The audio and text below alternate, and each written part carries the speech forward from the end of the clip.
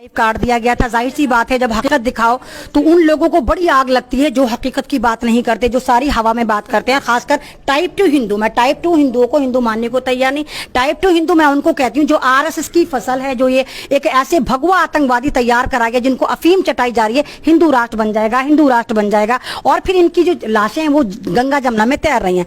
तो भी एक लड़की ने कहा कि यह आदमी शादीशुदा था, यह लड़का शादीशुदा था, फिर भी किसी लड़की को ब्लैकमेल करता था। सवाल ये उठता है, जब इतना पावरफुल था, लड़कियों को ब्लैकमेल करता था, तो फिर इसको तुमने 45 लोगों ने कैसे मार दिया? ये तो बहुत बड़ा गुंडा था तुम्हारे बगौल, फिर तुमने मतलब इसको कैसे मार दिया? तुम्हारे ही सवाल के अंदर तुम्हारा जवाब है, तुम लोग गुंडे हो और तुम्हें 2-2 रुपए पर कमेंट मिला है। मुझे मालूम है तुम वो सारे के सारे भगवा आतंकवादी जो भारत का माहौल खराब करने आते हो। लेकिन हमें पूरी उम्मीद है हम इस भारत को भी बचाएंगे, यहाँ की सभ्यता को भी बचाएंगे, यहाँ के आईन को भी बचाएंगे, यहाँ की इंसानियत को भी बचाएंगे, और भारत को फिर वहीं खड़ा करेंगे हड़प्पा मोहनजोदड़ो के जमाने में। सन 2014 से पहले हमारा भारत पत्थरों में सफर करता था, हम लोग मेट्रो में नहीं थे, हमारे पास कुछ भी नहीं था। हमें सन 2014 वाला भारत चाहिए जो बिल्कुल कबूतरों में मैसेज जाते थे। मोदी जी आए, सब कुछ घुमा के चंगासी करके पूरे भारत को तबाह कर दिया। तो आप दुआ करिए कि हम वो वाला भारत दोबारा लेकर आए जो सन 2014 से पहले था। हम वही खूबसूरत भारत लेकर आएंगे। और मैं इस वक्त गांव के यहाँ पर सरपंच जी हैं, उनसे भी बात करने की कोशिश करूंगी कि भाई वो इस हादसे को किस तरह देखते हैं। मैं सरपंच इसी गांव से हूँ। संतलाल मेरा नाम है। इस घटना में जैसे मुझे पता लगी कि इस तरह की 3-4 गाड़ियों में भर के और आसिफ पे हमला कर दिया, तुरंत हम अपनी गाड़ी लेकर मौके घटनास्थल पर रवाना हो गए। तो घटनास्थल पर देखते हैं कि जो है पुलिस की गाड़ी खड़ी थी, वहाँ पे उनको इन्फॉर्म मैंने कर दिया कि इस तरह की वारदात हुई है। तो वहाँ पे आरोपी जो है आसिफ को लेकर उस टाइम फरार हो चुके थे।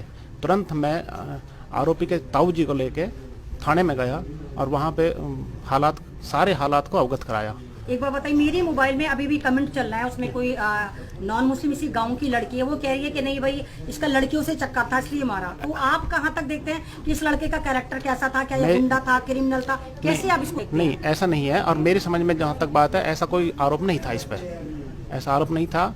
और ये ठीक सीधा साधा लड़का था और बहुत ही नेक था। और आपने क्या नाम बताया अपना? संतलाल जी। संतलाल जी। जी। और रही प्रशासन की बात, हम लगातार प्रशासन से टच में हैं और पूरी मॉनिटरिंग कर रहे हैं। और एसपी साहब ने हमें पूरा आश्वासन दिया है कि बहुत जल्द आरोपी गिरफ्त में होंगे।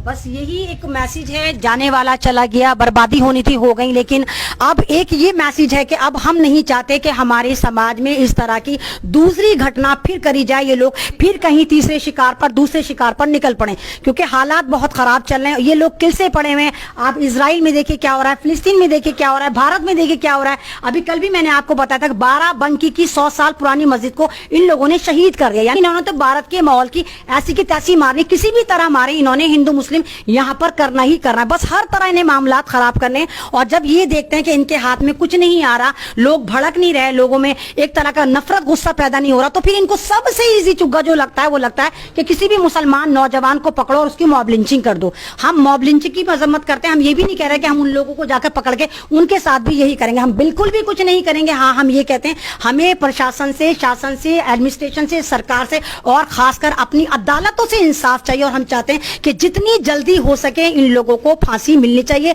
मैं इस वक्त उस गांव में है जहां ये वाला हादसा हुआ, मॉब लिंचिंग हुई। मैं आपको दिखा रही हूँ, बहुत सारे लोग हैं। ईद के तीसरे दिन ये हादसा हुआ था। मैं अमन रिजवी दिल्ली से इस न्यूज को आप तक पहुंचाने के लिए आई हूँ। और मैं लगातार आपसे यही कहती हूँ कि मैं अमन रिजवी किसी मीडिया से नहीं हूँ, किसी पार्टी से नहीं हूँ। मैं भारत की बेटी हूँ, आपकी अपनी बेटी हूँ, फ्रीडम फाइटर की एक बेटी हूँ। और मैं चाहती हूँ कि मैं भारत की किसी भी तरह सभ्यता को बचाऊं, किसी भी तरह यहाँ के आईन को बचाऊं। बहुत सारे देखिए लोग हैं, ये गाँव वाले बड़े इत्तेफाक में रहते हैं। यहाँ पर कोई हिंदू मुस्लिम सिख ईसाई नहीं होता, सारे आपस में मिलजुल कर रहते हैं। ये तमाम लोग यहाँ पर इनके घर पहुंचे हुए हैं और एक अभी भी बहुत ज्यादा मजमुआ है, सबके अंदर एक दुख है। और किसी को भी यकीन नहीं आ रहा कि वो इतना नेक बंदा, इतना शरीफ बंदा, उसके साथ इतना बड़ा हादसा हो सकता था जो हादसा हो गया है। सुरेश है जी मेरा। सुरेश। आपका नाम सुरेश है? हाँ जी। तो मतलब आप इस लड़के को जानते थे? खूब।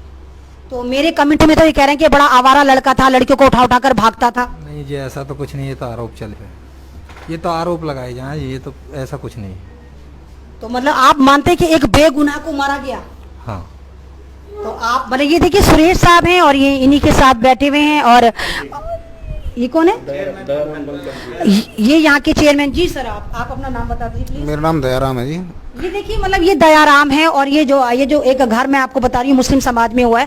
देखिए तमाम लोग यहाँ पर हर समाज के लोग बैठे हुए हैं, उसके बावजूद ये जो टाइप 2 लोग हैं, जो गोबर भक्त हैं, उसके बावजूद ये चाहते हैं किसी भी तरह यहाँ का माहौल खराब कर दिया जाए, किसी भी तरह हिंदू मुस्लिम कर दिया जाए। ये हरियाणा का गाँव है और ये खट्टर साहब का गाँव यहाँ पर इलाका है, उनकी सरकार है हरियाणा में, यहाँ बीजेपी की सरकार है और जहाँ जहाँ इनकी सरकार है वहाँ पर आतंक मचना बहुत आम सी बात है, मामूली सी बात है।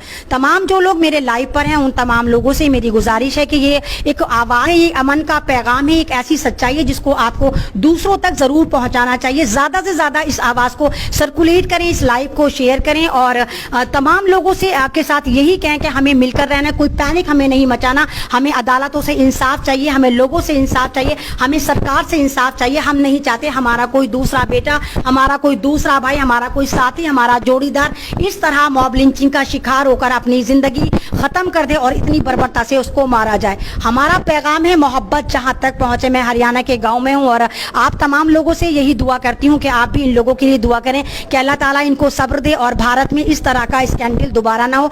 जिंदगी रही तो फिर दोबारा मुलाकात होगी, क्योंकि आपको पता है मेरे पर लगातार हमले होते हैं, लगातार मुझे फॉलो अप करा जाता है, लगातार मुझे धमकी मिलती है कि हम तुझे मार देंगे, ये कर देंगे, वो कर देंगे। लेकिन अहमद रिजवी पहले ही किया कि बेशक सिंगल 1.5 पसली अहमद रिजवी हूँ, लेकिन हक के लिए खड़ी रहूंगी। मारते हो मार दो, लेकिन मैं हक की आवाज इसी तरह उठाती रहूंगी। आप तमाम लोगों से भी कहती हूँ कि हक के लिए अपनी जान भी दे सकते हैं, दीजिए, हिब्बुल वतनी के लिए दे सकते हैं, भारत के लिए दे सकते हैं, यहाँ के संविधान को बचाने के लिए दे सकते हैं, इंसानियत के लिए दे सकते हैं। प्लीज अपनी जिंदगी को कुर्बान करिए, लेकिन भारत को बचा लिए, क्योंकि ये एक ऐसा गुलदस्ता है जो बहुत बुरी तरह बिखर रहा है, बर्बाद हो रहा है और दुनिया हमारे पे मजाक उड़ा रही है। शुक्रिया, अल्लाह हाफ़िज़।